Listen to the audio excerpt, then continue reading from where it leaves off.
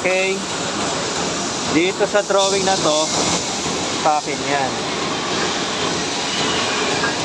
Ito siya. Yan.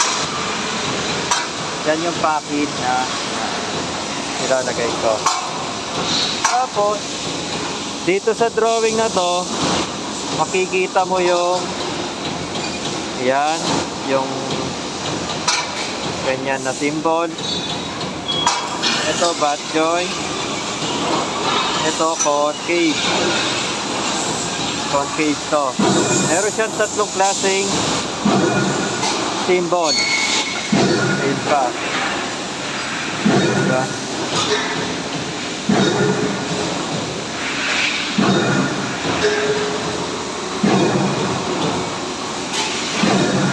Ayun na nga.